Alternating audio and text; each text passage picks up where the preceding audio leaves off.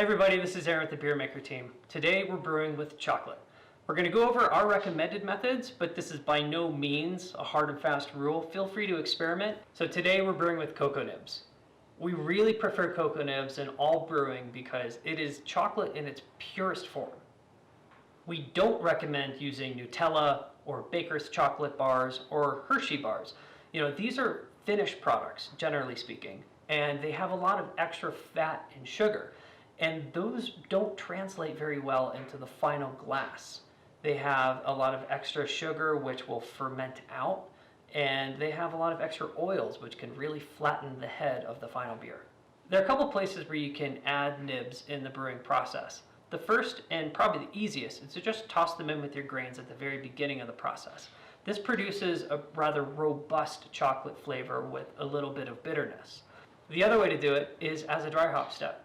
This provides a very smooth and pure chocolate experience in your final glass. It's a little more complicated than just throwing them in with the grains, so I'm going to show you how to do it. So we're going to add the cocoa nibs during the rest phase.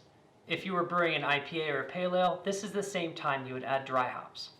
So the things you're going to need today are your cocoa nibs, your squeeze bar, some boiling water, and a filter bag of some sort. We have a standard Brewing nylon filter bag here.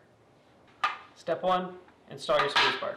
So we're going to open up our BEERMKR, take off the lid, and we're going to crack your brew tub just a little bit so we can let a little of the CO2 that's in there out. Connect your squeeze bar, gently push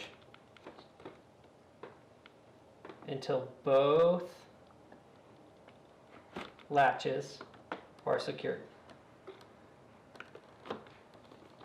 Like so. So now we have to sanitize our nylon bag.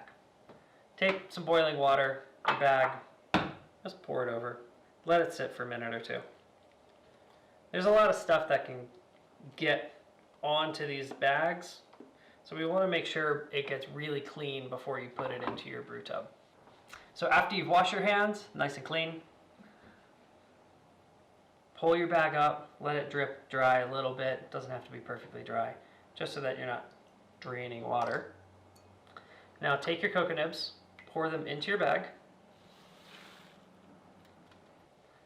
open up your brew tub, and make sure your nibs are towards the front and the rest of your bag lays down towards the back of your brew tub. This will keep the bag from flowing into your valve and clogging things up. And now we're going to close up your machine.